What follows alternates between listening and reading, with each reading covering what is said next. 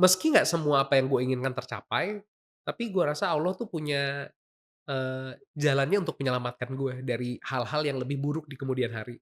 Sekitar, 1,5 bulan yang lalu Oke, ada masih baru-baru karyawan banget dong? baru-baru, karyawannya kakak gue sebenarnya. Heeh, Jadi karyawannya Kak Saskia mhm, itu lagi nganterin ponakan gue berangkat ke sekolah. heeh heeh, Ternyata, di jalan berpapasan sama pengendara lain, ya karena dianggap mengganggu kita klakson, ternyata heeh, pengendara lain itu nggak terima gitu. heeh. Yang bikin orang jadi simpatik adalah karena ketika dia habis melakukan pemukulan dan penginjakan leher, Wow. dia tuh bilang, saya anggota," gitu.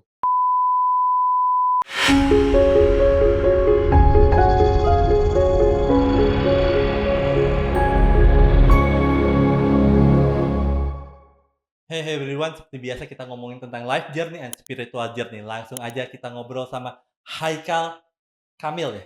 Yes. Yes! Nah, gue itu nah, ya oke. Nah, gimana kabarnya? Alhamdulillah baik, Gue seneng banget Rio. lu bisa datang ke sini, tahu nggak sih? Oh ya, terima kasih banyak udah diundang di tengah, hari yang hujan ini. Dan gue nggak nyangka juga, lu itu kenal sama Kang Abu gitu. Gue bener-bener kayak, "Hah? Nggak nyangka," gitu maksudnya. Oh, udah kenal lama Kang Abu Marlo kan? Heeh heeh Iya ya, heeh. udah kenal lama karena Awal kenal di mana? dari Om Sony awalnya. Oh, oke. Kan ada kajian buka hati ya. Jadi, Mhm. nyokap itu Mhm. kebetulan seorang spiritualis, jadi seneng Oke. mencari, jadi dari kecil Mmm. kita terbiasa setiap hari Sabtu Minggu tuh datang ke tempat ustadz atau ustazah. Jadi dari Oke. kecil tuh Agim, almarhum Arifin Ilham, dulu Yusuf Mansur, dan lain-lain sebagainya, itu pasti kita datengin tiap minggu. Jadi, salah satunya, ya Om Sony lah yang didatengin sampai akhirnya, eee, sering berinteraksi, ngobrol, dan ya kalau sama Kang Abu Marlo sih sering ketemu ya, suka ada kajian juga di rumah, kadang juga kajian online juga suka dengerin, gitu. Tapi kayaknya yang lu sebutin tadi kayaknya, genre dalam arti genre itu maksudnya cara pembahasan kajiannya kayak kurang lebih sama kayak Sony kayak Kang Abu Marlo ya? Kurang lebih mirip-mirip ya? Ya pasti punya karakternya masing-masing sih, Heeh. cuman kebetulan karena waktu dulu gue masih kecil, jadi memang jatuhnya sih gue ngikut aja sih, belajar dan yang akhirnya buat saat gue udah mulai dewasa gini jadi alhamdulillah karena akhirnya gue jadi punya banyak pengetahuan, lebih banyak mungkin, Mhm. eee tentang Islam, tentang khasanah pengetahuannya jadi ya lebih banyak, pandangan lah ya, karena kan sudut pandang harus diperbanyak supaya kita bisa lebih baik dalam Right, menilai. bener. Tapi yang bikin gua nggak nyangkanya adalah kita tahu lah ya maksudnya kajiannya, Kang Abu, Mas Sony juga kan, Heeh. bahwa kajian itu agak berbeda daripada umumnya. Dan itu menurut gue, I think it's good loh menurut gue kayak di zaman sekarang itu kalau kajian yang maaf ya, mungkin ditakut-takutin aja atau yang pada umumnya aja orang Mhm. mungkin nggak banyak mau, tapi dengan Iya. cara dia ngomong dan sebagainya itu kayak bikin sesuatu hal yang fresh gitu. Iya, karena kan mungkin, kayak musik aja kali ya, Mhm. genrenya kan banyak gitu Iya, ya. heeh. Ini Kang Abu sama Mas Sony ini punya genre tersendiri gitu ya, dan cara penyampaiannya kan lebih, light, pendekatannya lebih pada diri sendiri, pengalaman Mhm. Right, pribadi, yang akhirnya bisa mungkin banyak orang yang lebih relevan gitu ya. Itu sih kayaknya. wow. Oh iya BTW gue terakhir tuh ngelihat lu itu di satu acara Shopee kalau nggak salah di, Jagoan UMKM ya kalau nggak salah ya? Oh, iya Ya itu betul.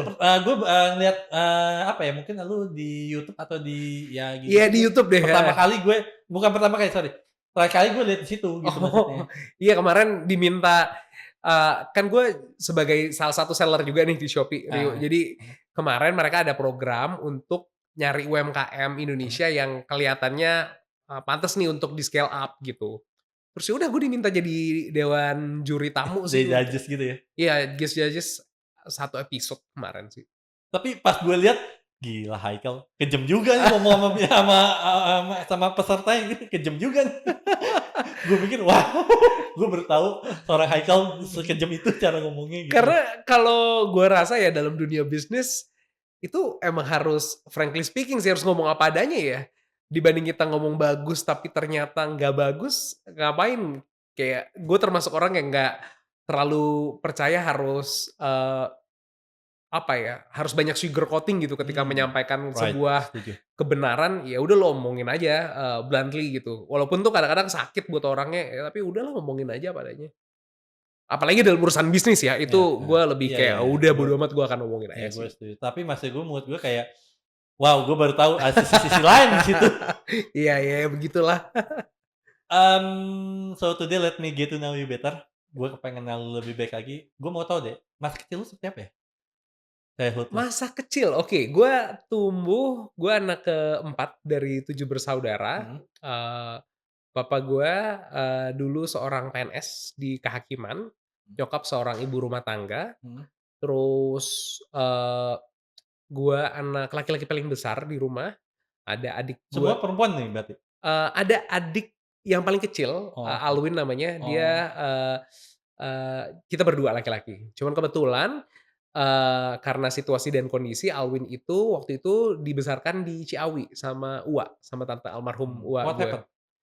Eee, ya journey panjang nih. Jadi kalau dari kecil tuh kalau orang nanya mungkin, eee, "Masa kecil lu rumahnya di mana?" Gitu. Orang dengan simpel bilang, "Oh di jalan A," gitu. Mhm. Gue tuh agak bingung karena dari kecil gue tuh udah pindah rumah mungkin sampai saat ini udah 20 kali lebih. Oh, serius? Ke mana aja? Serius. Ya macam-macam. Kadang gue dulu waktu kecil gue tuh di Bekasi, terus sempet ke Cipinang, terus sempet ke daerah Bekasi lagi di daerah Pondok Gede, habis itu sempet ke daerah, Cipinang lagi, sampai akhirnya pindah ke daerah Senayan, habis itu ke daerah Kemang, habis itu pindah ke daerah Depok, habis itu wah macem-macem lah ya, sampai akhirnya, gue settle setelah gue udah menikah dan punya rumah sendiri gitu. Karena, eee, ekonomi keluarga gue tuh luar biasa dulu roller coaster-nya. Makanya kalau ditanya dulu kenapa jadi, artis gitu ya, sebenarnya salah satu tuntutannya adalah karena memang punya kebutuhan untuk mencari uang gitu. Bukan karena, "Oh pengen terkenal," jujur enggak sih sebenarnya. Tapi karena memang pada saat dari kecil dia tuntutan keluarga harus bisa membiayai diri sendiri gitu dan ya udah gitu orang tua, dengan berbagai macam, ujian yang dihadapinnya ya kita kan sebagai anak pasti akhirnya ngikut kan. Iya, Karena mau nggak mau mau ngadepin itu. nggak mau gitu. Jadi, ya begitulah jadi kita, walaupun gua masih umur 35 gitu ya, Mhm. tapi rasanya journey yang gua hadapin ketika waktu gua kecil tuh cukup, tough dan panjang, sehingga rasanya tuh bisa jadi kayak pelajaran mahal juga untuk Wow, dalam diri gua, di dewasa ini sih. right. Tapi di banyak yang mungkin ada 10 atau 20 lebih yang Theo bilang ya, Mmm, pindah-pindah gua nggak hafal nggak. mhm. Mana sih yang paling berkesan atau berbekas banget buat lu? Ataupun yang mungkin di satu tempat nih, lu justru belajar banyak hal? Eee, di mana ya?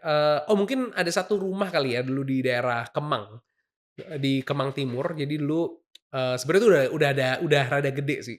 Ketika gua kelas 1 SMA. Jadi pada Mhm, saat itu, seperti biasa, bokap nyokap punya usaha gitu ya, dan mhm. usahanya ternyata tidak running well. Sampai satu hari, gue lagi tiduran di kamar, tiba-tiba ada orang gedor kamar gue, buka, "Eh sini keluar lu!" Gue kaget, Hah, gue bilang, serius? "Serius keluar lo?" Gitu. "Siapa?" Ternyata ini adalah orang-orang yang menjadi konsumen di perumahan, bokap gue, Heeh, tempat bokap gue dulu, bikin perumahan mhm. gitu. Dan ternyata mereka ngerasa, ada permasalahan yang nggak bisa diselesaikan karena katanya, ada, beberapa hal yang sepertinya harus diketemuin supaya bisa diselesaikan gitu. Bokap gue waktu itu lagi nggak di Jakarta dan ada mungkin sekitar 30 orang, kakak gue masih ada dan adik gue bilang, "Udah lu jangan ada yang keluar, gue aja." Jadi di rumah Wow, itu gue menghadapi 30 orang, gue anak kelas 1 SMA, harus menghadapi puluhan orang marah-marah. wow, Gebrak-gebrak meja, wah, nunjuk-nunjuk muka gua, wow. dan wah itu salah satu pelajaran termahal yang pernah gua hadapin karena jujur pada saat itu gua juga awalnya takut, karena gua kayak, "Gila nih orang-orang gede mau ngapain sama gua?" Gitu.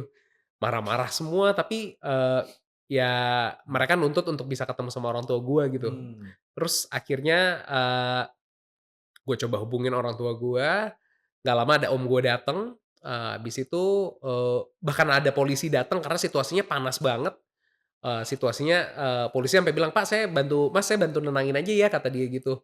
"Oh iya Pak, tapi aman kok Pak, saya masih, bisa Mas ngerasa terancam nggak, keselamatannya?" Polisinya nanya. "Oh enggak Pak, aman kok, saya ngerasa, baik-baik aja," gitu. "Oh ya kalau ada apa-apa kasih tahu ke kami ya," gitu. "Oh iya Pak, aman." Udah nggak lama, lama sih ya bukan nggak lama ya, mungkin kejadian itu jam 7 jam 8 malam, tapi bokap gue baru balik dari luar kota jam 2 apa jam 3 pagi. Jadi gue nungguin sampai jam 3 pagi, serius? serius menenangkan situasi, orang-orang marah, dan ya itu mungkin salah satu situasi di mana gue menjadi orang yang jadi jauh lebih dewasa daripada umur gue pada saat itu, gitu Dan sih. ngerinya kita kan nggak tahu di saat itu orang lagi marah seperti apa, kita diapain kan kayak nggak itu yang bikin deg-degannya juga kali ya?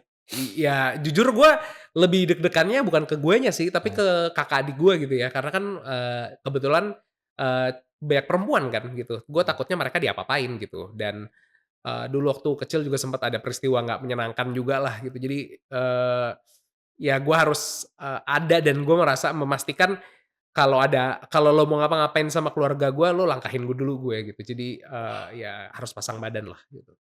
Wow, gila ya, baru sebentar doang ceritanya udah wow, gue baru tahu lu punya experience yang gila banget. Tapi gue tadi sempet mau bercandain kayak, pas lu dibentak-bentak itu di kamar orang nggak ngomong gini, "Oh nggak tahu gue artis." Tahu Nggak lah. ada yang tahu juga. Tahu lah, cuman ya bodo amat namanya juga lagi marah kan gitu. Serius? Iya tahu lah. Oh kirain dia mereka nggak tahu kayak, "Oh nggak tahu gue artis," gitu. Ih, gue udah main sinetron berapa banyak dan pada saat itu gue lagi aktif syuting, sambil minum ya, Yes, it's okay. udah aktif syuting jadi ya rasanya sih mereka tahu ya, cuman memang karena jadi waktu itu juga ya gue juga kurang paham situasinya karena ya masih kelas 1 SMA, case-nya seperti apa detailnya kurang tahu, tapi pada saat itu akhirnya selesai sih Oke. masalahnya gitu. Gue nggak minta tolong lu untuk menceritakan secara detail, tapi gue mau tahu garis besarnya aja. Eee, Sesuatu hal yang lu tadi sempet ngomong kayak gue bahwa ada terjadi di, apa, kakak kakak lu atau apa yang makanya lu ngerasa kayak itu. oh, Walaupun gue nggak minta secara detail ya. ya waktu kecil tuh dulu kakak gue, eee, juga nyokap bokap juga ada usaha di bidang, perdagangan oli kalau nggak salah. Mhm. Terus ada salah satu karyawannya itu membuat, order fiktif dan, sehingga ada orang udah mesen, dianggapnya itu udah dipesen, padahal tuh nggak ada gitu, sampai orang yang mesen itu marah. Mhm. Karena barangnya nggak dikirim-kirim gitu, dianggap Mhm. kita melakukan penipuan karena uangnya udah dibayarkan. Iya. Heeh. Sebagai menurut mereka sebagai jaminannya waktu itu kakak gua, Kak Tasya sama Kak Iya tuh diculik lah gitu. Udah terjadi atau belum? Udah Waktu kejadian waktu oh, gua masih SD deh tuh kayaknya. Waktu itu sempat heboh sih, tapi itu waktu masih kecil banget ya, eee, dianggap bapak ibu gua itu menyerahkan kakak gua mhm, untuk diberikan kepada dia sebagai jaminan, padahal situasinya nggak gitu, situasinya kakak gue diajakin ketemuan sama seorang public figure, yang awalnya dibilang mau diajak casting, ternyata dijebak. Karena di dalam pertemuan itu, ternyata ada orang yang ngerasa punya sangkut paut sama keluarga gue gitu, terus di dia minta kakak gue nggak boleh ke mana-mana gitu. Di ya semacam diculik lah iya waktu itu iya di iya, I know. hotel Mhm. gitu. Tapi ya gimana ya, maksudnya gue ngelihat peristiwa itu kan besar banget ya Iyalah, gitu, heeh. dan gue waktu itu karena masih kecil ya, kakak gue SMP deh kayaknya, gue masih SD gitu ya. Ya anak SD bisa ngapain sih Pak? Iya Nggak berdaya kan kayak iya, gitu, jadi kita cuman jadi penonton right. aja. Jadi once gue memang ngerasa gue punya power, ya gue ngerasa, I will done anything to protect my family sih gitu. Wow, sampai segitunya ya, wa gue baru tahu hal ini loh, maksudnya gue nggak pernah tahu hal-hal kayak gitu, jadi gue kayak, Iya, wah ini jarang sih, amazing gue banget, juga kayaknya nggak pernah ngomongin ini sih. Gue kayak baru ngomongin sini doang. karena kan ini tadi temanya tentang spiritual dan life Perjalanan hidup ya, perjalanan hidup kan, iya, jadi kayak oke mungkin ini iya. satu hal yang menarik juga.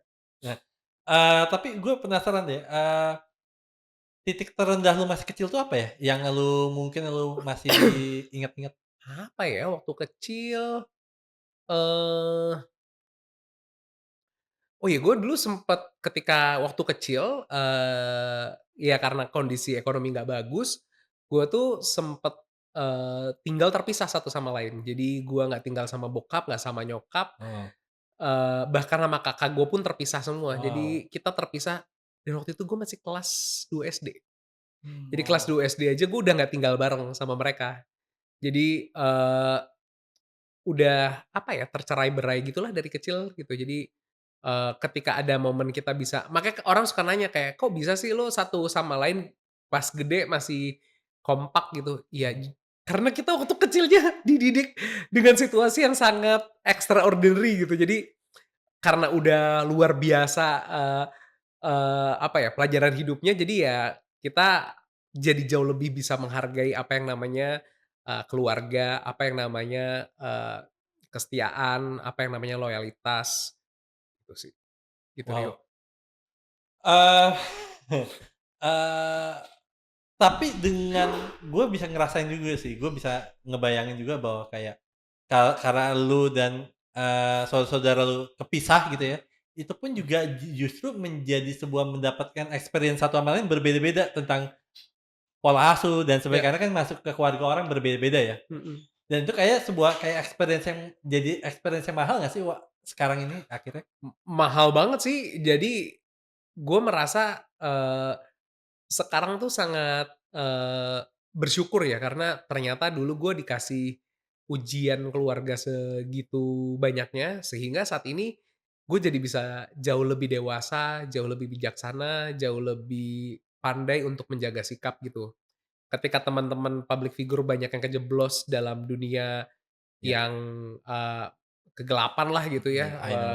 obat-obatan gitu dan kalau gue bahkan jujur kesentuh aja sama sekali nggak pernah yang kayak gitu-gitu gitu, karena udah udah pernah ngelihat kayak dunia yang paling nggak enak tuh kayak apa gitu ya waktu kecil, konsekuensinya tuh udah tahu gitu jadi nggak sih jadi akhirnya itu jadi pelajaran mahal dan jadi sebuah, apa ya, hal yang ya gue percaya gini ya pada saat satu masalah terjadi, kita ngerasa tuh, aduh kayaknya nggak enak banget buat Oh kita. iya, heeh. Tapi mungkin beberapa waktu ke depan mungkin bisa setahun, bisa 5 tahun, bahkan bisa mungkin 10 tahun, kita baru sadar ternyata alhamdulillah kita pernah mengalami hal itu. Yes, Karena bener. ternyata kita bisa jadi lebih, pandai. Gitu nggak sih menurut lo? Yuk. Iya, iya, iya, gue juga ngerasa kayak gitu karena gue ngerasa kayak bahkan gue kadang-kadang gini, kejadian hal-hal kayak gitu dulu mungkin kalau di situasi itu kita dulu itu kayak nggak bisa ketawa,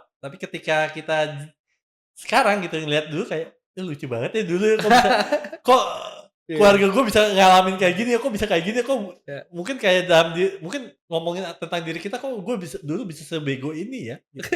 Iya. Ternyata kalau sekarang kan udah bisa ngomong kayak gitu, kalau mungkin kalau dulu kayak, "Aduh Tuhan kalau bisa akhirin hidup saya saja," gitu. Iya nggak sih ada rasa poin-poin kayak gitu walaupun nggak ngelakuin, cuma ada kayak, "Ah Tuhan saya udah capek, saya udah nggak kuat Tuhan," Oh, gitu. iya, capek sih iyalah ya, karena dulu waktu mungkin ketika orang inget gue dulu syuting kecil Mhm, zaman Bidadari, mhm, mhm. itu tuh gue pulang masih naik Kopaja. Oh iya lu dan Bidadari ya, Iya, Marshanda ya? tapi gue Bidadari 2 waktu itu, Bidadari 2 sama Oh, 3, jadi gue tuh jadi kakaknya Dia Imut waktu itu. Jadi, oke. dari kecil tuh ketika pun gue syuting, bukan dalam keadaan gue sebenarnya sangat berlebihan Mhm, kayak ke mana-mana diantar naik mobil mewah, enggak gitu. Jadi mobil ada tapi ya cuman 1 sekeluarga, keluarga gue 7 bersaudara. Jadi ya bukan keluarga yang punya banyak kelebihan dan seringkali ketika pulang gue nebeng mobil kru, makasih ya om-om, tante dulu yang sering saya tebengin, teman-teman syuting juga, eee, jadi ya banyak banget sih yang akhirnya kita pelajarin gitu. wow.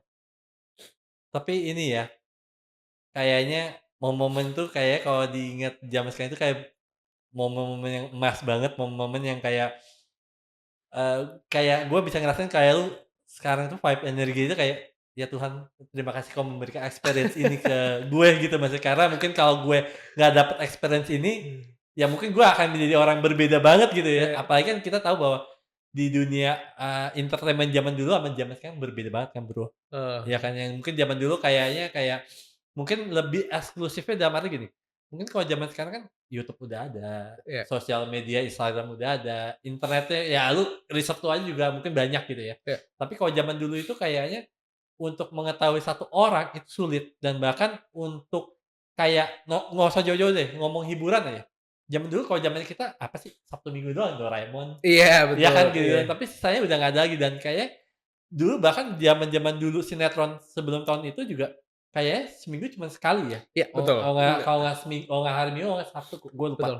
Nah, Banter 2 kali memang, ya udah jadinya otomatis, orang-orang itu lebih gampang mudah untuk dikenali, lebih mmm, gampang untuk kayak, "Oh si A nih, oh si B nih." iya, Lu nggak ngalamin itu betul. juga nggak sih? Iya, karena, dulu kan pilihan orang untuk menjadi dikenal publik, medianya terbatas banget kan. Iya, setuju. Dan, nggak ada yang kayak sekarang gitu. Sehingga ketika, dulu main sinetron, dulu bisa main iklan, main Mhm. film tuh bener-bener satu hal banget gitu. Beda sama sekarang karena memang banyak banget, tadi saluran buat mengekspresikan Mhm. dirinya ya. Dan memang berasa sih, mungkin karena dulu gue udah cukup dikenal, walaupun gue juga terakhir main sinetron tuh udah 2015, jadi udah hampir 10 tahun gue nggak main Iya, sinetron heeh gitu ya. heeh. Tapi sampai detik ini orang masih kenal gue gitu ketika di luar gitu. Jadi kayak, oh ya berarti, apa yang dari dulu gue bangun alhamdulillah orang masih cukup menghargai gitu. Dan mediumnya akhirnya gue tetap ya udah coba eksis lah bikin konten, walaupun mungkin nggak serutin lu yuk untuk bikin konten Enggak sampai juga sih, jujur ah, aja gue itu pernah nih, burnout tuh gara-gara apa, sehari 2 kali itu burnout tuh. Tapi oh ada oke, berapa artis-artis yang gue kaget tuh kayak dia podcast sehari bisa 2 kali, 3 kali, gue bilang, "Ini otaknya dia pakai apa ya baterainya ya?" Kadang-kadang ya. Kadang-kadang kan maksudnya ya kita ngafalin kuesioner, pertanyaan, ngafalin heeh, macam-macam lagi gitu. Itu nggak gampang gitu menurut gue. Tapi iya. well, gue ngerasa bahwa juga perjalanan hidup lu itu di dunia entertainment tuh oke, sorry, ketika lu bilang tadi bahwa lu masuk ke dunia entertainment ini karena memang membantu keluarga gitu ya, Mhm, tapi otomatis kan ada hal bukan gini, ada hal yang perlu dibayar, mhm. bener ya? Contohnya ada usia-usia lu itu waktu itu berapa ya, 10 tahun nggak sih? Iya iya, Sekitar 10 tahunan ya, 10 tahun itu kan biasanya kan anak kecil masih main, mhm, masih eksplorasi dan bahkan mhm, kayak usia-usia 10 tahun itu lagi mempelajari mempelajari development diri kayaknya, iya, lagi coba, pelan-pelan pelan-pelan. Nah, mhm, waktu itu kan akhirnya hilang nih, mhm. karena musti kerja, musti syuting dan itu gimana? Sebenarnya mungkin gua ngerasa hanya mediumnya aja sih berbeda ya. Mhm, Mungkin kalau teman-teman itu mainnya bersama seumuran di komplek iya, rumah, heeh, gua main tuh ya ada kadang sama teman-teman yang lebih dewasa di lokasi syuting. Gue tuh punya dulu tuh ada syuting apa ya, sinetron gue lupa deh, Titipan Ilahi atau apa. Pokoknya ketika gue dateng tuh syutingnya di puncak dan itu ada tempat mainnya tuh, ada disiapin sepeda, oh trampolin, wow, ada kolam berenang. Jadi oh, gue mau ngapain aja bisa sebenarnya gitu. mhm, Jadi sebenarnya medium untuk main sebagai gue waktu anak kecil sih tetap ada ya. mhm, Tapi memang yang paling berasa adalah, gue nggak bisa terlalu sering main sama temen. Yang mungkin temen gue yang tadinya di, eee ya gue kayak punya beberapa dunia gitu lah ya. Ada temen-temen yang gue di sekolah, ada temen gue yang memang di dalam dunia entertainment gitu. Jadi, eee, itu sih dan nggak tahu ya kalau gue sih nggak ngerasa kehilangan, tapi mungkin tapi ada dampaknya sih ke gue sekarang, kayak gue tuh orangnya nggak suka main game. oke, Gue tuh orangnya nggak gamer sama sekali. mhm, Gue tuh nggak suka main PS, gue nggak suka main Nintendo, gue bukan anak game sama sekali. Gue lebih suka baca, oke, karena dari kecil gue baca skrip. oke, Jadi gue sekarang tuh suka banget baca. Jadi, ada beberapa hal yang akhirnya agak berbeda sih, eee, sama anak-anak lain gitu. wow. Eee, ketika kita tahulah, masuk ke dunia entertainment dengan usia muda dan sebagainya, pernah nggak sih ngalamin kayak sebenarnya gini, kita tahulah kita di dunia entertainment itu kan kayak yang tadi kita mau A, harus menjadi B, Hmm, untuk orang lain, ngerti nggak maksud gue? Kayak, kayak ketika kita sebenarnya secara personality kita seperti ini, tapi kadang-kadang kita di publik kan, mhm kita mhm. kan musti Iya, berbeda. Itu mempengaruhi ini banget nggak sih, kayak lu kayak jadinya kayak, kalau kebanyakan hal-hal seperti itu yang kita lakukan, otomatis kan secara identitasnya kita sendiri makin hilang nih. Lu pernah Mhm. nggak sih ngalamin ngalamin kayak gitu? Ya mungkin orang simpelnya adalah lebih kenal karakter gue dulu di TV, Mhm, dibanding karakter gue pribadi gitu. mhm, Waktu gue syuting tuh misalnya dulu salah satu karakter yang paling cukup dikenal adalah sebagai Ari di Bidadari. Gue cerita tuh Badung banget di situ mhm, tuh. mhm. Kerjaannya, bolos sekolah, main Tamiya, terus gue ngerokok, terus gue ceritanya nggak pulang ke rumah, pokoknya Badung banget gitu. Jadi ketika orang ketemu gue, orang bilang kayak, "Ah, kamu tuh yang Badung banget itu ya?" Gitu. Padahal gue opposite banget gitu, gue sebenarnya bahkan gue nyobain ngerokok waktu itu pertama kali disuruh nyokap gue karena, "Eh, lu cobain biar lo tahu." Dan pada saat itu gue juga akhirnya jadi nggak suka gitu kayak, ngapain sih nggak ada enak-enaknya gitu. Terus yang main ceritanya kabur, gue nggak suka kabur sekolah gitu, kayak kalau bisa sekolah, ya gue sekolah gitu. Jadi kayak, ya jadi kayak punya beberapa, dimensi karakter lah ya. Tapi, ya buat gue sih itu ya namanya karakter lah ya, orang ngelihatnya cuman sebagian-sebagian tapi nggak akhirnya mendamaging gue sendiri, enggak sih, biasa Oh. aja. Tapi, ada nggak sih satu momen yang kayak lu pengen nunjukin sesuatu ke publik, Mmm. tapi lu sebenarnya nggak bisa? Karena karena mungkin memang memang dasar lu seperti itu, tapi lu nggak bisa nunjukin ke publik, ada nggak sih momen-momen kayak gitu? Mmm, malah menurut gue ketika gue jadi public figure tuh banyak jadi rem. Mmm. Misalnya kayak gini, waktu kuliah temen gue tuh pada ngajakin pijet, pijet plus-plus. Oke. Terus gue yang kayak, eee, gue kan gue ngerasa kayak, "Ngapain ya?" Gitu maksud gue. Terus kata Nah. temen gue cara menolak halusnya, "Jangan Bro, muka gue dikenal orang, nanti nggak enak," gitu. Nanti nggak enak. Jadi kadang-kadang gue ngerasa dengan, menjadi public figure tuh jadi rem juga. Akhirnya gue untuk, mencegah gue untuk menjauhkan gue dari hal-hal yang enggak gitu.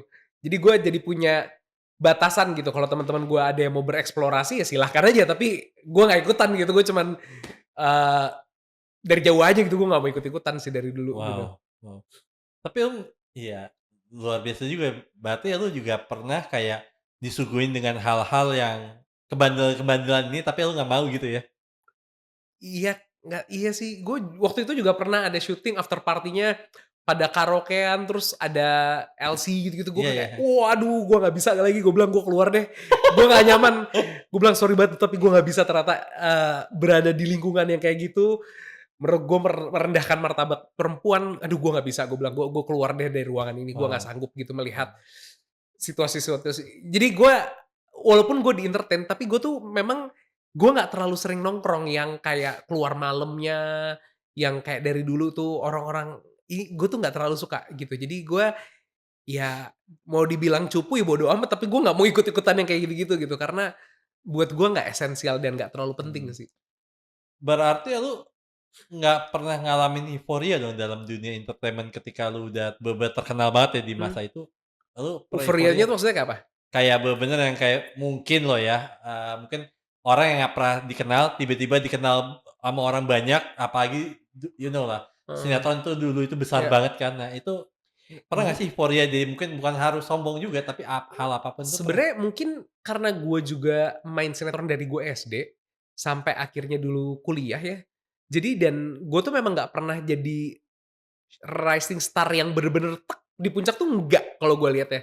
Gue selalu naik pelan-pelan aja, abis itu ada di situ udah, naik dikit, turun lagi, udah di situ. Jadi gue nggak pernah yang tiba-tiba muncul di tengah itu, gue enggak sih ngerasanya.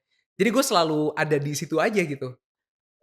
Tapi memang karena dari kecil udah terbiasa dengan publisitas, eee, kel ketemu dengan banyak orang, jadi udah buat gue bukan satu hal yang, Wow, aneh gitu.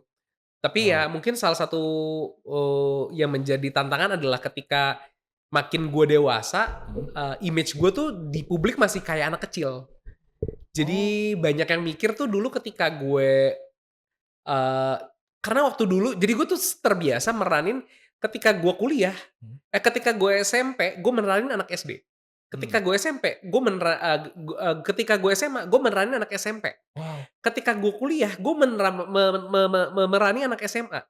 Dan itu sering banget, sampai gue lulus kuliah masih perannya dapet anak SMA lagi, gue sampai kayak, serius? "Ini nggak salah nih peran gue?" Gitu. gue bilang kayak, "Ini kayaknya enough deh," karena jadi orang selalu nganggep gue tuh anak kecil gitu. Bahkan ketika gue dibilang udah nikah dan punya anak, orang kayak, "Hah, lu udah nikah? Kayaknya lu masih kecil deh." Kayak gue bilang kayak, "Enggak, gue udah nikah, gue udah punya anak," gitu. Eee, itu yang banyak orang nggak, believe ya, mungkin salah satu ketidaknyamanannya itu sih kadang-kadang, karena dianggap terlalu muda dibanding usia yang sebenarnya. Emang kalau orang misalnya di jalan gitu ya, ketemu lu, kira-kira emang orang rata-rata ngelihat lu saat ini usianya berapa ya? Bahkan belum 30 banyak yang mikir gue tuh masih 25, 26 gitu. Serius? Serius, karena Wow. dipikirnya gue masih baru lulus kuliah. Gue pakai, gue lulus kuliah udah 10 tahun yang lalu coy, gitu. Oh, karena ya gue paham kenapa jadi akhirnya mereka agak nggak nyambung, karena waktu pas gue lulus kuliah aja gue masih peranan anak SMA. Jadi kan di kepala mereka gue tuh waktu itu masih SMA, Iya paham iya. gak sih? Padahal gue udah kuliah gitu. Jadi itulah, jadi banyak, banyak lagging-nya gitu. Jadi ya sudahlah. Wow. Dan gue bisa ngerti juga sih kenapa lu bisa berbeda daripada artis yang lain juga karena gue lihat perjalanan lu dari kecil pun juga udah roller coaster banget gitu, yang di mana Iya, kayak ngerasa kayak, well, gue udah di titik yang nyaman seperti ini, titik ini kayak kalau gue aneh-aneh lagi, gue kayak nggak mau deh di titik yang ke bawah-bawah yang dulu lagi, karena ngerasa kayak gitu udah nggak sih? pernah yang nggak enak banget yang kayak, "Aduh udah cukup dong, gue udah nggak mau," gitu. Ya ya tupai aja kan nggak pernah mau jatuh ke lubang yang sama Iya, ya, kita, juga janganlah gitu. Kok tupai sih, keledai ya harusnya? keledai Heeh. keledai ya? Keledai Jadi ya? yang keledai gimana tuh? Nggak, gila ya, maksudnya yang kayak, wow, perjalanan lu itu menurut gue itu kayak worth it banget untuk, share di sini di-share di sini. Tapi kalau buat teman-teman Thank kalau you. ngerasa nih, kayak perjalanan hidup Haikal nih yang kalian juga ngalamin juga ataupun kurang lebih agak serupa nih, boleh banget kalian komen di bawah ataupun cerita. Karena di sini tempatnya kalian bercerita, di sini tempatnya kita berbagi cerita dan saling mendengarkan. Haikal, ketika lu sudah mulai ngetop-ngetop ya dan sebagainya, gue justru ingin tahu deh, ada nggak sih ketakutan atau luka yang sebenarnya lu diem-diem bawa dari masa lalu sampai detik ini? Ketakutan atau luka? Ketakutan atau luka? Ketakutan apa ya? Mmm,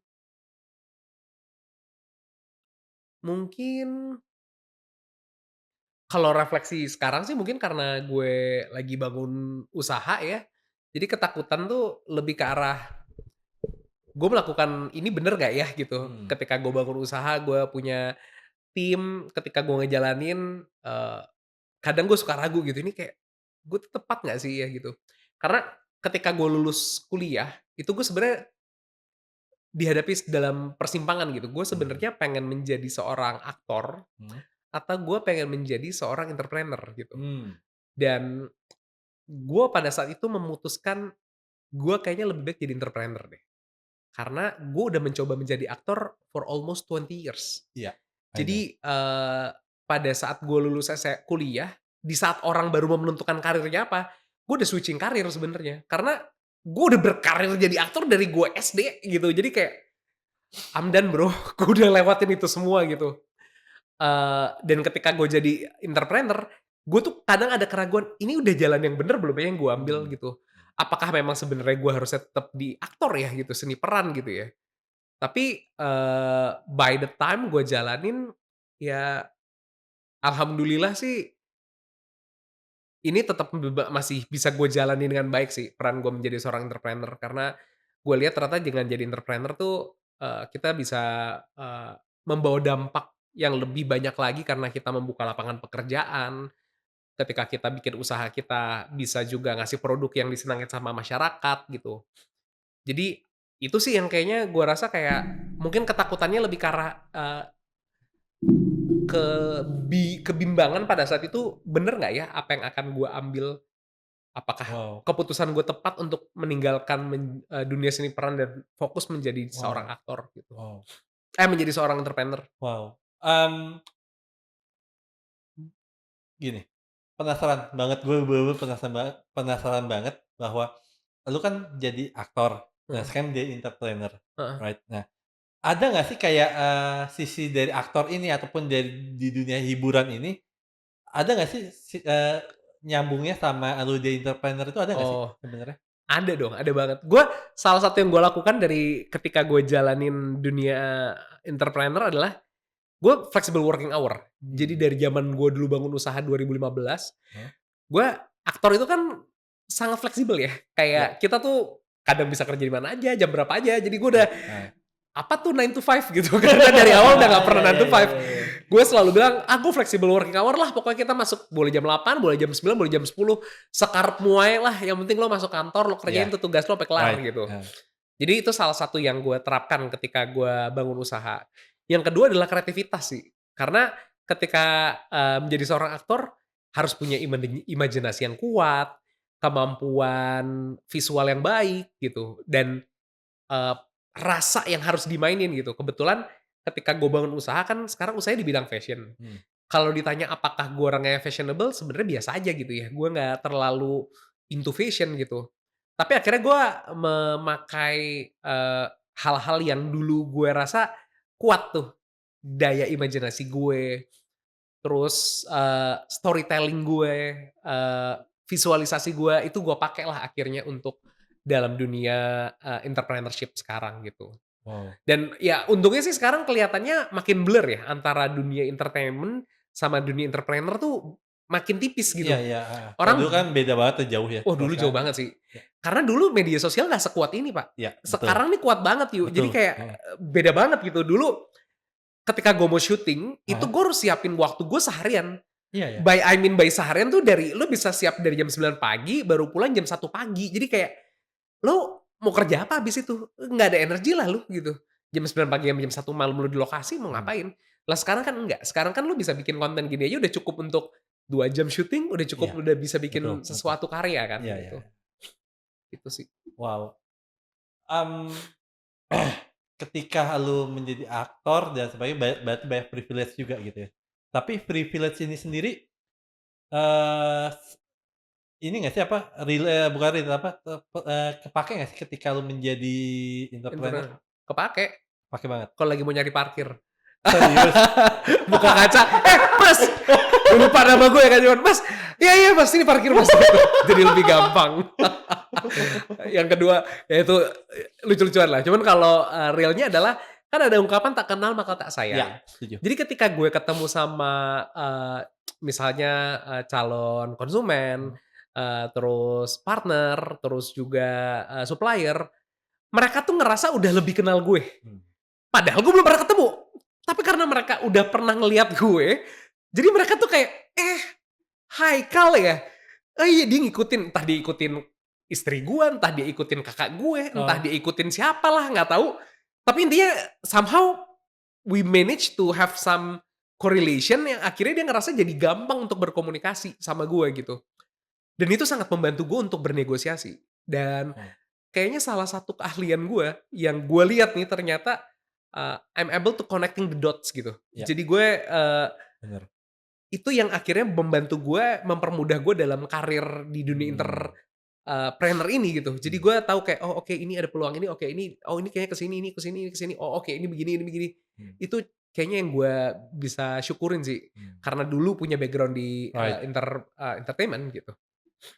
Nah, kalau kita ngomongin rejected ya, kita tahu bahwa di dunia entertainment ini kan kita berusaha bagaimana untuk tidak dapat rejected atau Heeh, penolakan gitu. Bahkan kalau mungkin ya lu pasti ngalamin juga ketika mungkin, entah itu orang yang mau endorse lu ataupun apapun itu yang kayak, "Kayaknya ini orang mau rejected kita deh atau rejected gue nih." mhm, Gimana caranya kita membuat yang tadi yang penolakan menjadi yes? Itu kan rata-rata kan selalu seperti itu ya. iya. Nah, dengan lu entrepreneur ini gimana nih ya ketika lu di dunia yang berbeda banget, sekarang, yang di mana menghadapi rejected itu sendiri gimana? Iya itu bagian dari kehidupan ya, maksudnya, nggak usah jadi entrepreneur pun pasti kita akan menghadapi, penolakan dari berbagai macam, unsur gitu ya. Tapi ketika gue, eee, menjadi seorang entrepreneur, yang gue rasa tuh harus pinter melihat peluang sih. Dan peluang tuh kadang bukan bukan bukan ditemukan tapi diciptakan kadang-kadang. Karena Mhm, nggak ada orang yang terfikir, tapi kita harus terfikir dan harus mencoba mengupayakan dan mengusahakan sampai itu akhirnya ada, gitu. Kayak ketika gue bikin brand, itu kan sebenarnya nggak ada yang nyuruh juga gitu. Kalau dulu gue di lokasi syuting kan, "Kal, lo baca nih skripnya," gitu. Iya iya, heeh. Lo jadi si, Topan misalnya, "Lo Heeh. baca ya skripnya jadi Topan," dah belajar gitu. Tapi ketika gue di ini kan nggak ada gitu, nggak ada, rule of thumb-nya gitu kayak, apa yang harus gue lakukan, nggak ada gitu, nggak ada yang nyuruh juga. Tapi ketika gue coba, dan ketika memang gue cobain ternyata juga ditolak, sampai sekarang gue juga masih sering ditolak kok. Ketika gue punya ide, mau bikin ini ternyata, partner gue nggak approve di kantor, atau ternyata, eee, apa namanya, supplier-nya nggak bisa, atau ternyata nggak diterima dengan baik sama konsumen. Ya, tapi itu jadi learning curve kita lah ya. Jadi Oke. kita tahu, oh ini harus begini, oh ini kita jadi harus begini, oh jadi harus begini, gitu sih. Ya jadikan, penolakan tuh sebuah motivasi. Karena, eee, ya hidup emang nggak bakal mulus sih menurut gue. Iya iya, nggak, cuman maksudnya gue penasaran aja ketika seorang, Haikal gitu ya, seorang Iya iya. artis, aktor gitu ya, yang di mana mungkin namanya sudah besar dan ya you know siapa sih nggak tahu lu istilah gitu. Hah, Nah, ketika hal itu terjadi, berarti kan kita udah harus kadang-kadang kita juga belum tentu menyiapkan bahwa kalau kita rejected gimana kita mhm, heeh, bagaimana kita berpikir, eee bagaimana kita berpikir bagaimana untuk kita selalu mendapatkan yes daripada no-nya kan. Nah itu iya kan jadi masalah. iya Tapi gue penasaran deh, tadi lu sempat ngomong bahwa lu buat usahanya itu ada baju muslim atau hijab something? iya, jadi gue bikin usaha namanya Mhm Kals Corpora, mhm di dalamnya ada beberapa brand. Ada, ZM Zaskia Meka, mhm ada Bia by Zaskia Meka, ada Mekanism, ada juga Gerai Hawa. Jadi itu adalah 4 brand, modus fashion mhm. yang gue diriin. Ini ada yang sama kakak gue, ada yang sama partner, terus di luar itu gue juga ada, agency bareng sama istri gue, eee, terus istri gue juga ada brand, kebetulan gue juga bantu ngurusin. Jadi ya so far itu sih yang, Oke. terus gue juga ada bisnis B2B buat trading untuk, pakaian. Jadi ada, partner gue yang memang, punya factory, terus gue bisa masukin ke beberapa, eee, apa namanya, brand, jadi ya gue kerja sama sama dia. Tadi lu bilang kan tadi banyak brand nih yang lu, Betul, iniin dan banyak usaha lah. Nah tapi yang menurut lu kayak, "Ini gue banget nih, usaha nih," itu yang mana ya? ZM sih, Mhm yang Kals. Ya Kals itu nama usahanya, cuman kalau nama brand-nya itu ZM. mhm. Karena, brand ZM ini, gue itu nggak suka barang branded. Gue nggak Oke. suka pakai, eee, yang iket pinggangnya kalau cowok tuh harus kelihatan apa gitu, jamnya harus yang gimana. Gue nggak orang yang kayak gitu-gitu, gue lebih ke arah fungsionalitas. Nah, ketika gue bikin brand ZM bareng sama Kak Iya sama Kak Nia awalnya, kita ngelihat kayak, kayak banyak deh orang-orang kayak kita gitu, pingin punya produk, tapi nggak mau terlalu kelihatan brand-nya gitu. Jadi waktu hampir selama 8 tahun pertama kita bikin, itu nggak pernah kelihatan nama brand-nya di luar. Jadi orang nggak pernah tahu itu brand kita gitu. Cuman kemarin setelah kita riset, kita bikin FGD, ternyata konsumen ngerasa, "Mau dong keluarin nama brand lu biar kelihatan gitu, biar orang juga ada kebanggaan." Barulah 2 tahun kebelakang ini nih kita munculin nama brand-nya, dan, kita mencoba jadi brand yang affordable, buat banyak orang. Karena gua dan yang lain believe kalau misalnya pengen tampil menarik itu harganya harus bisa diakses sama banyak orang. Nggak bisa satu produk tuh harganya let's say 2 juta sendiri, 1 juta Oh, oke. sendiri, itu nggak bisa sih menurut gua. Karena, masa lo mau beli baju harganya seperempat gaji lo, kan juga nggak masuk akal Iya, gitu. Jadi betul sih. kayaknya, kalau lo pengen main di the biggest chunk of the, market, ya lo harus main di mass market. Dan ya udah akhirnya gue dengan ZM tuh gue mainnya di mass market gitu, yang harga hijabnya let's say cuma 50.000 gitu, Oh, yang wow. Oke. dress-nya, 300.000. Jadi kayak ya udah gue main di harga yang lebih terjangkau, yang lebih bisa, diterima sama banyak orang gitu.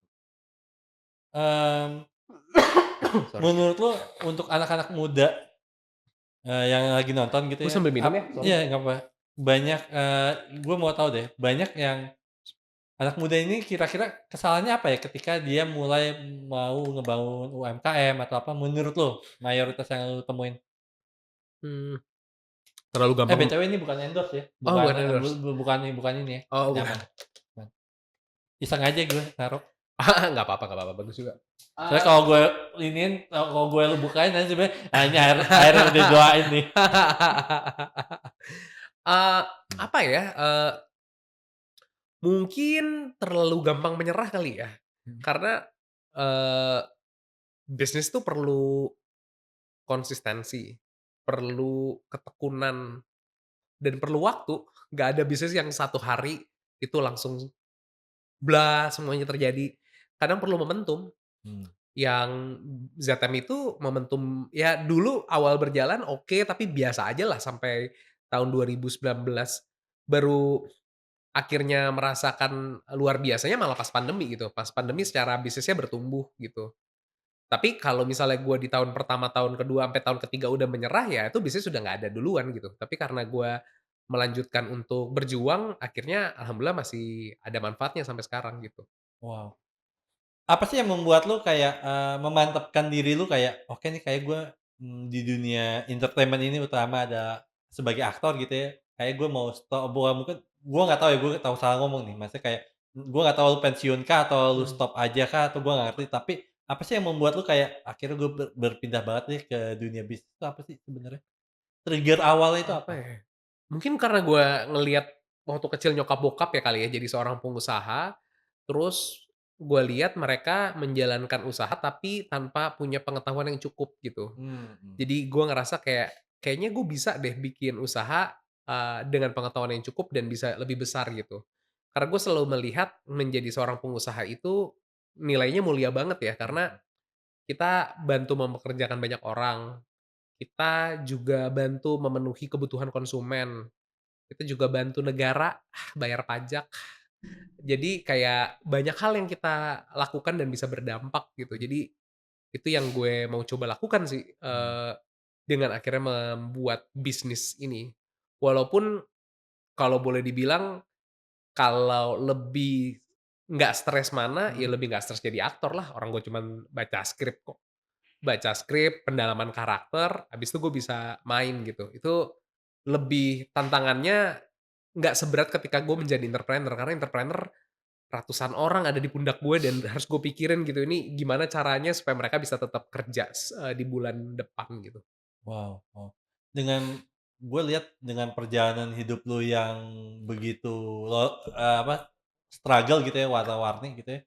Gue penasaran banget ya, hubungan lu sama Tuhan sendiri seperti apa ya? Wow, ya Allah. Eee, gue selalu merasa, dilindungi sih sama Allah, selalu ngerasa, dekat, mmm ya apa yang gue lakukan ya mencoba menjadi hambanya yang taat gitu Mhm. ya, setidaknya apa yang menjadi kewajiban utama kita sebagai seorang muslim ya kita penuhin. Mhm. Terus, gue juga mencoba menjauhi larangannya dan gue ngerasa Allah baik banget sih sama gue karena, eee, meski nggak semua apa yang gue inginkan tercapai, tapi gue rasa Allah tuh punya, jalannya untuk menyelamatkan gue dari hal-hal yang lebih buruk di kemudian hari. Jadi, karena kan kita manusia serba nggak tahu ya, karena kita pikir kayaknya, "Oh harusnya begini," tapi ternyata kata Allah, "Enggak, lu belum begitu," gitu. Jadi kayak, oh jadi disuruh ke sana dulu gue, ya udah gue terima gitu. Itu sih. Oh, kapan akhirnya Tuhan benar-benar berhasil, memeluk lu banget tuh kapan ya? Momen apa? Eee, Sebenarnya gue ngerasa kedekatan sama gak tau gue agak berbeda kalau orang ngerasa selalu punya kisah hijrah gitu ya, tentang Iya, perpindahan mereka gitu. heeh. Gue ngerasa nggak ada sih. Karena gue dari dulu merasa hubungan yang gue bangun sama, Allah, itu udah gue coba jaga dengan baik dari kecil gitu. Dan gue nggak terlalu suka perpindahan yang terlalu ekstrim. Dari kanan Setuju. ke kiri, kiri ke kanan gitu, gue nggak terlalu suka Mhm. gitu. Dan, gue selalu mencoba hubungan tuh dilakukan secara konstan, secara bertahap, secara, ya berjenjang gitu. Jadi, nggak ada sih yang rasanya, "Kok jadi tiba-tiba gini?" Enggak sih gitu. Tapi kalau ditanya gue apakah juga menjalankan yang aneh-aneh juga sebenarnya enggak gitu, karena gue juga memang tidak tertarik ke arah-arah yang demikian. Jadi, itu sih kalau my spiritual journey. Wow, kayaknya, eee, walaupun hidup lu struggle gitu ya, tapi kayaknya hubungan lu sama Tuhan tidak ada struggle-struggle-nya ya? Karena mungkin dari dulu ya nyokap nyokap tuh cukup keras kalau masalah agama, nyokap bokap cukup keras masalah agama tentang kewajiban sholat 5 waktu, belajar agama, ngaji, dari kecil tuh udah, kuat banget gitu ya. Jadi pengetahuan itu yang gue dapatkan gitu dan alhamdulillah gue dari SD sampai SMA di Al-Azhar. Jadi, gua rasa tuh sangat membantu gua memahami konsep beragama, terus kuliah gue masuk ke, BINUS Internasional, gue belajar tentang, perbedaan di sana, belajar untuk toleransi, belajar untuk memahami dan, sampai akhirnya gue menikah gitu ya, gue jadi kepala rumah tangga, ya terus belajar gitu.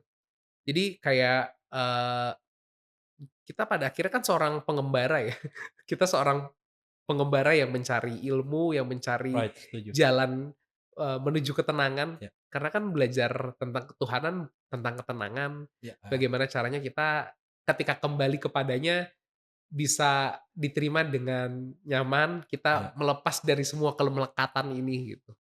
Well, tadi lu sempat ngomong bahwa keren banget tuh, kayak lu ngomong menikah, kayak menikah itu kayak mengenal Tuhan atau mengenal Allah lebih dalam ya, kayaknya nggak sih? Iyalah, karena itu kan ibadah, salah satu ibadah yang paling tinggi kan, karena Dibandingkan apapun kayaknya menikah itu kayak paling momen bukan momen, apa, iya, ibadah yang bukan ibadah, apa namanya, pelajaran mengenal Tuhan yang lebih dalam banget itu sih kayaknya. iya karena, eee, gimana gue selalu berpikir gini, ketika gue pengen, ada apa-apa sama istri gue, karena gue bilang, "Ini gue janji tuh bukan sama dia loh, gue janji sama penciptanya," gitu. Ah, iya. Gue janji tuh sama yang menciptakan dia gitu. Jadi kalau misalnya gue ngapa-ngapain gue kayak, "Ih nggak bisa lagi gue bikin ikrarnya sama yang pencipta, gila. Masa gue sia-siain gitu, gue udah dikasih titipan sebanyak ini gitu, dikasih istri, dikasih anak, jadi ya sebisa mungkin pasti akan gue coba jaga sih." Wow. BTW, gue lupa tadi udah ngomong atau belum. Nah, terakhir-terakhir ini gue nggak tahu, apa namanya, nggak tahu itu berapa hari yang lalu, berapa Heeh minggu yang heeh. lalu, berapa bulan yang lalu, gue nggak tahu. Tapi satu momen, gue nggak tahu itu entah itu either itu karyawan lu itu gue nggak tahu itu ART atau Heeh. supir atau apa, katanya sempet pernah digebukin sama TNI ya? Oh, iya. Jadi, sekitar, 1,5 bulan yang lalu Oke, ada masih baru-baru karyawan banget dong? baru-baru, karyawannya kakak gue sebenarnya. Heeh, Jadi karyawannya Kak Saskia mhm, itu lagi nganterin ponakan gue berangkat ke sekolah. heeh heeh, Ternyata, di jalan berpapasan sama pengendara lain, ya karena dianggap mengganggu kita klakson, ternyata heeh, pengendara lain itu nggak terima gitu. heeh heeh, Akhirnya pada saat kita jalan, pada saat namanya Faisal, Faisal jalan sama dia boncengin Kala, diikutin sama tuh orang. Sampai ada satu momen Faisalnya berhenti sama Kala, orangnya langsung menghadang, tanpa babi bu langsung dihajar heeh. gitu. Dihajar dan, ya itu kejadiannya kemarin, kenapa akhirnya banyak gue speak up, karena pertama orang tuanya lagi nggak di Jakarta, orang tuanya lagi umroh. Iya, Jadi practically itu anak ya anak gue lah, orang iya, nggak ada bapak ibunya, ya gue yang iya. speak up lah, enak aja lo, ponakan gue lo gituin, dan yang bikin orang jadi simpatik adalah karena ketika dia habis melakukan pemukulan dan penginjakan leher, Wow, dia tuh bilang, saya anggota," gitu. wow, Jadi dia merasa dia ada di atas angin lah gitu, kayak dengan keyword anggota tuh aman gitu. Padahal kita pikir kayak, emang anggota apa? Emang siapa? Kok merasa berada di atas hukum gitu kan nggak boleh gitu. Ternyata pada saat kita telusurin, ya terima kasih juga sama, polisi ya, kemarin kepolisian, terus akhirnya ketahuan, oh ternyata memang pelakunya oknum, oknum TNI. Akhirnya mmm. diproses di Denpom Jaya 2 Cijantung. Sorry, ini oknum TNI itu maksudnya memang dia sempat di TNI habis itu keluar Enggak, atau masih aktif masih aktif? Oh, masih aktif. wow. Tapi oknum ya karena kan nggak semuanya begitu lah. Iya, iya, Maksudnya iya, kan I know, I know, hanya iya. satu 2 orang yang Iya, melakukan iyalah, begitu, heeh, wajar. makanya Kemarin tuh ya banyak orang ternyata ketika kita speak up, keluarga kita speak up masalah ini banyak banget yang ngomong kayak, "Oh, kita juga pernah mengalami, oh iya adik gue juga, oh ini." Oh jadi ternyata banyak yang pernah mengalami arogansi gitu, tapi ya karena nobody jadi akhirnya nggak didengerin gitu. Kebetulan karena kemarin kita dapet spotlight, media juga ngeliput, akhirnya orang pada, cari tahu Iya, kan ini mhm. siapa gitu. Pun udah ketahuan, sampai detik ini pun gue juga tahu fotonya apa, gue nggak sebarin kok. Karena tujuan gue bukan untuk mempermalukan tuh orang, tujuan gue adalah supaya tuh orang mendapatkan hukuman yang setimpal, bukan mempermalukan diri dia, nggak perlu. Itu yang dipukulin gimana keadaannya?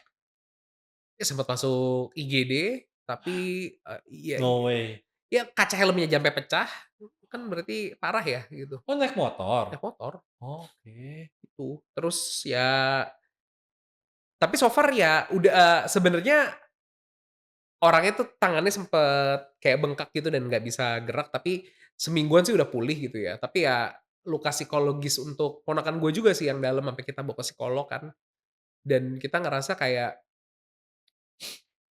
luka yang tidak terlihat bukan berarti tak ada gitu. Iya, setuju. Nah, Jadi itu bawa ke psikolog gimana, ponakan lo? Maksudnya pas kejadian itu, sebelum lu memutuskan untuk, "Oke nih ponakan gue bawa ke psikolog nih."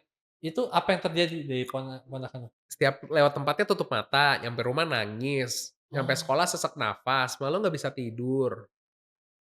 Terus awalnya dibilang, "Ayo dibawa ke psikolog deh," gitu.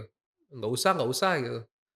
Cuma lama-lama pas hari ketiga kejadian, iya, di sekolah sesak nafas kita bilang, "Oh udahlah ini mah nggak bisa lah, lu mau denial kayak apa, lu keganggu masalahnya." Gue bilang, udah ke psikolog aja lah."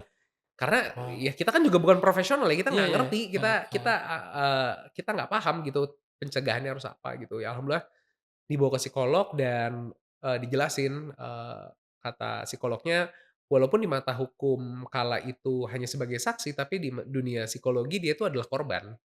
Walaupun dia tidak mendapatkan pukulan, tapi bukan berarti dia, tidak, Dapat berbekas secara mental, heeh. secara perasaannya. Jadi itu dampaknya luar biasa gitu. Jadi ya udah akhirnya, alhamdulillah udah bikin laporan juga, udah diproses kok. Jadi ya sekarang kita tunggu aja, selanjutnya seperti apa. Wow. Mmm, ponakan lu sekarang kondisinya seperti apa? Mmm, dia tuh tomboy banget ya si Kala. Oh, Jadi perempuan. perempuan, Kala tomboy banget dan dia, masih sangat aktif untuk berkegiatan, dia dia pemain bola. Jadi kayak Main bola? main bola, Wow. seneng banget dia main bola.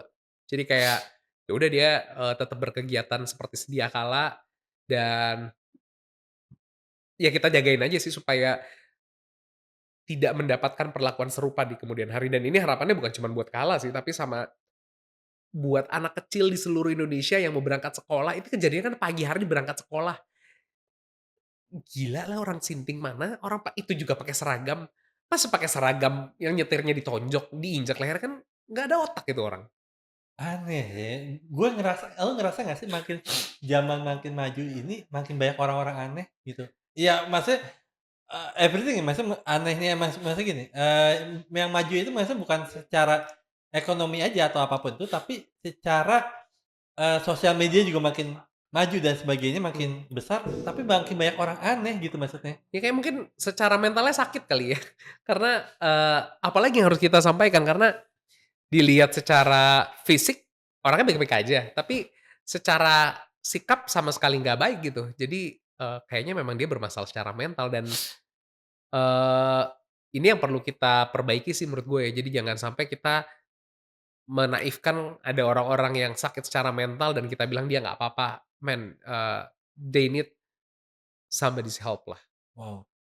Pak, tapi lu ngerasa nggak sih kayak di era kita gitu ya, kayak Facebook aja belum ada yang gimana banget gitu, Heeh, maksudnya paling dulu apa sih yang paling terkenalnya apa sih? Palingan Friendster di bawahnya, mhm. ini Friendster lagi gue nggak tahu ya, cuman tapi kayaknya dulu beda banget ya zamannya sama zaman Atau sekarang ya. mungkin dulu informasinya tidak sederas sekarang. Iya. Bukan, tidak terdengar bukan berarti tidak ada kan. Iya iya, setuju.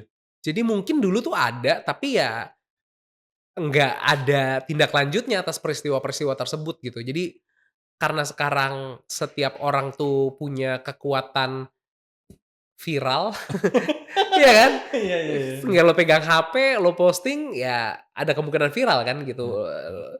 Jadi orang jadi akhirnya harusnya jadi bisa lebih berhati-hati dalam bersikap gitu. Mmm. Gitu yuk. Tapi iya iya ya, maksudnya gue soalnya tuh ngelihat makin banyak ke sini makin aneh gitu, kayak, kayak gue kan punya ponakan 3 nih triplets. Heeh. Nah, itu apalagi anak-anak zaman sekarang gitu ya, Mhm. ngerasa nggak sih kayak susah banget jauh sama handphone, sosial Ah, media nggak ngalamin itu nggak sih? Entah itu mungkin bukan anak lu aja, cuman mungkin dari orang lain itu ah, mempengaruhi banget loh. Bahkan lu pernah dengar berita-berita nggak sih kayak anak yang diambil handphonenya itu kayak anak kayak tantrum. kesurupan gitu ya, Heeh, iya. tantrumnya kayak kesurupan tuh aneh banget. Ya ada lah, gue punya ponakan ada 16 ya, jadi banyak banget gitu, itu dari keluarga gue, belum lagi dari keluarga istri gitu. Jadi, tentunya memang pola didik di rumah kan macem-macem ya, memang dulu gue lihat ada salah satu anggota keluarga gue yang memperbolehkan anaknya main handphone dari, zaman dia TK gitu, Mmm, dan dampaknya adalah anak ini jadi susah fokus. mhm, Anaknya susah fokus dan ketika, eee ada di tempat-tempat umum jadi kayak, ansos gitu. mhm, Akhirnya yang dilakukan cukup ekstrim, waktu itu sampai ke psikolog kayaknya, akhirnya disuruh diambil handphonenya. mhm, Tantrum gila-gilaan, nendang lah, inilah, itulah, tapi itu kurun waktunya paling cuma seminggu yang kayak gitunya. serius? Habis itu tuh normal, normal as in kayak udah anak umumnya gitu. Dikasih HP pun hanya dikasih weekend, jadi akhirnya bener-bener dibatasin gitu, dan itu ternyata cukup efektif, membuat dia akhirnya dia sekarang jadi remaja masjid, Oh terus serius? Wow, serius serius, makanya keren. gue bilang kayak, itu gila sih perubahannya, karena akhirnya dia jadi mencari kegiatan kan, Iya iya. cari kegiatan, dia jadi remaja masjid sama teman-temannya, terus dia, seneng, main soccer. Jadi kayak banyak banget hal-hal positif yang dia lakukan ketika dia memutuskan berhenti untuk dopamin itu kita kasih terus gitu dengan handphone gitu. Kayaknya kita juga deh, kayaknya kita harus berhenti deh, karena Tapi, kita ada lo agak, ngerasain nggak sih? wah, Gue pernah loh coba riset dalam diri gue sendiri ya, maksudnya kayak, eee, bukan sehari mungkin 2 jam aja kita main handphone atau main sosial media dan sebagainya, itu nggak lama kita stres loh. Lo ngalamin gitu nggak sih? Kayak eee, kelamaan lihat sosial media, entah itu, IG, entah itu nggak usah jauh-jauh deh, nonton YouTube aja, short-short aja, lama-lama stres iya, loh. kayaknya malah justru menurut gue ya, yang short-short itu malah lebih parah kayaknya, Iya ya? dibanding yang lama. Dan, kalau yang short tuh kan kayaknya, kayak spend kita apa ya, spend kita untuk, ke konten itu kan cuman 5 detik 5 detik, informasi itu banyak banget yang masuk gitu. Jadi kayak overwhelm gitu. Iya ya? Kalau, dan gue akhirnya sekarang, gue juga akhirnya jadi punya kebiasaan yang menurut gue juga jadi nggak bagus, karena setiap buka handphone jadi ngecek kerjaan kan. Iya. Entah ngecek sales lah, ngecek email lah, ngecek di drive lah. Jadi gue kadang-kadang, kok nggak ada pembatas lagi antara dunia gue kerja sama dunia gue lagi istirahat di rumah gitu. Itu juga gue rasa kayak ini, kayak gue juga harus belajar untuk mengaktifkan boundaries itu sih. Wow. Kayak gue sama istri gue nih, tapi istri gue gagal awal ikutin gue. Gue itu kalau udah stres banget dan sebagainya, tapi dengan semua kerjaan udah clear ya, itu bisa kalau memang udah clear banget, itu bisa 2 hari gue matiin handphone. Nggak bawa handphone sama sekali, keluar ke mana ngapain, bodo amat. Oh ya? Nah, jadi gue hanya hiburan apa yang di depan mata gue, misalnya di depan mata gue giliran sama gue lagi nonton sinetron, ya gue nonton sinetron. Kalau lihat apa, ya udah gitu doang hiburannya, Handphonenya lo matiin? matiin total. Masukin laci kayak apa, bodo amat gitu. Dan istri gue juga gitu. Oh, iya iya iya, menarik sih. Itu gara-garanya cuma satu tuh, Apa tuh? mentor gue satu itu Abu Mahruz, "Coba matiin handphone di 2 hari," gitu dia ngomong gitu sama gue. Oh. Nah, sampai satu momen itu gue coba juga tuh kayak, ya ini balik lagi iseng-isengnya gue ya, maksudnya kayak eksperimen lah. Gini, lo sadar nggak sih kadang-kadang kita itu banyakan komunikasi sama orang lain, ya sama orang gitu ya, di luar. Tapi kita tuh jarang banget loh komunikasi sama diri kita, lo pernah ngerasain kayak gitu juga nggak sih? Oh, Self talking dan sebagainya. menarik. Gue punya kebiasaan aneh dari kecil. Apa-apa? Gue ngomong sama diri gue sendiri. Oh wow, Jadi terutama lagi secara visual ngomong begini? ngomong secara visual. Oke, wow, Jadi gini, gue tuh orangnya nggak seneng pakai supir. oke, Salah satu alasannya adalah karena di mobil gue sering ngomong sendiri. mmm, Itu menurut gue dulu tuh aneh banget, tapi ternyata pas gue sadarin, itu adalah salah satu cara gua untuk bisa me me apa ya, membuat otak gue berpikir secara runtut. Jadi tuh gue sering ngomong sendiri, eee, walaupun sekarang udah tidak sesering dulu. Dulu tuh parah sering banget. Eee, dan, mmm, manfaatnya adalah ketika gue sering ngomong sendiri, gue jadi kadang-kadang ketika keluar dari mobil, gue jadi kayak udah setengah masalah gue tuh selesai. Karena gue udah tahu kayak, "Oh, this is the root cause, oh ini tuh aktor utamanya, kalau gue mau selesain caranya begini." Walaupun caranya tuh masih ada kayak 5 bercabang, Iya iya tapi iya. kayak, oke at least gue udah tahulah, ini ada 5 opsi yang harus gue pilih dan gue tinggal pick. Ketika gue udah mulai lebih yakin gue harus pilih yang mana gitu. Nah itu, makanya tadi kesini kan gue juga bawa mobil sendiri, Heeh. karena gue nggak suka disepirin karena itu salah Oke, satunya. wow. Eee, walaupun sekarang tidak sesering dulu sih, gue tapi sepakat sih kayaknya memang kita itu perlu lebih mengenali diri kita sendiri dengan kita ada, apa ya, inner talk kek atau discussion atau gue nggak ngerti sih, bahasanya tuh. Karena kita terbiasa dan dididik sama mungkin orang tua kita, sama society ini Mmm, untuk mengenal orang lain. Ngerti nggak sih lu? Untuk mmm, mengenal orang lain, mengenal maybe yang paling dekat ada pasangan lah ya. iya iya, Bahkan gue percaya bahwa kita mengenal pasangan kayaknya sampai kita mati nggak sih? Kayaknya iya iya, nggak sih? Maksudnya nggak mungkin kayak lu nikah setahun, 2 tahun, 3 tahun kayak udah kenal banget, kayak nggak juga, kayak setiap mhm, tahun kayak selalu mengenal gitu ya. iya, Nah, eee terkadang kita selalu mengenal orang lain, tapi kita nggak coba berusaha untuk mengenal diri kita. Dan sometimes gue juga ini ide-ide gue, lu kan ngomong sendiri gitu ya. Kalau ide-ide gue ada, gue ini jangan diikutin sih teman-teman ya, ini ekstrim banget ya. Gue puasa ngomong sehari, itu setting loh gue. Puasa ngomong, nggak main handphone, puasa ngomong, ya udah pakai tulis aja bolpen, terus ngomong gitu. hah, Iya. wow. Untuk grounding aja buat gue, sehari ya, tapi kalau 2 hari mati juga gue. Iya, maksudnya gue ngomong sama istri gue, gue nggak bisa berantem juga sama istri gue, jadi nggak bisa debat. Gue sampai segitunya, gue pernah karena itu Oh, pun menarik gue awalnya kan disuruh sama menarik Bung ya. Marlo ya, cuman tapi gue, ngerasa kayak lama-lama kayak, "Ah, gue iseng aja, lagi ada waktu kosong lumayan nih 1 harian, ya udah gue iseng ah." Tapi memang secara emosional, secara kita ngomong sama diri sendiri itu lebih intens dan kita lebih dapat insight-nya kok. Sama kayak lu juga tadi, lu kan ngomong sendiri gitu-gitu ya. Ya, Dan itu kadang-kadang pernah nggak sih satu momen lu lagi ngomong sendiri gitu, tapi lu nggak sengaja gitu, karena mungkin habit gitu ya, nggak sengaja keluar, lu misalnya lagi di luar nggak sengaja gitu, pernah nggak sih? pernah lah kakak gue sama istri gue mah udah tahu kalau gue suka ngomong aneh gitu, kayak, ngomong sendiri nih anak pasti gitu. Karena kayak, gitu suka kayak, oke oke. Jadi kayak suka gitu kayak, oke ini, oke. Nggak bisa. Gitu ngomong. Iya iya iya iya iya. Tapi tuh gue rasa itu kayaknya gara-gara salah satu dari keaktoran deh. Karena dulu di aktor kan kita harus bisa, baca skrip, Heeh, walaupun nggak ada lawan main kan kita harus latihan dialog kan, iya iya. kita harus ngomong kan. Kayaknya itu salah satu yang kebawa sih kayak gue rasa. Karena gue akhirnya terbiasa untuk ngomong sendiri. Jadi agak aneh sih, tapi kayak ternyata itu cukup bermanfaat kalau buat gue. Ini kayaknya keren banget ya buat, ini thumbnail Haikal Kamil suka ngomong sendiri gitu. Agak gila gue kayaknya. Haikal, thanks for coming, tapi mungkin pertanyaan the last question adalah, Ya, pertanyaan legacy yang gue sering banget nanya ke teman-teman gue yang datang apa ke sini nih? adalah, one day, Ya. lu udah nggak ada lagi, entah itu pensiun, entah itu meninggal, Ah lu kepengen dikenal apa dan diingat sebagai apa? ah, good question. Haikal yang apa ya?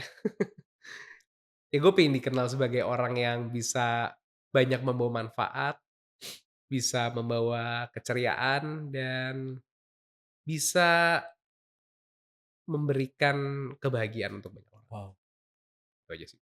wow. Sekali lagi thanks for coming, Haikal, Sama-sama, Pak Rio. teman-teman, inilah biografi Haikal Kamil. See you next time minggu depan.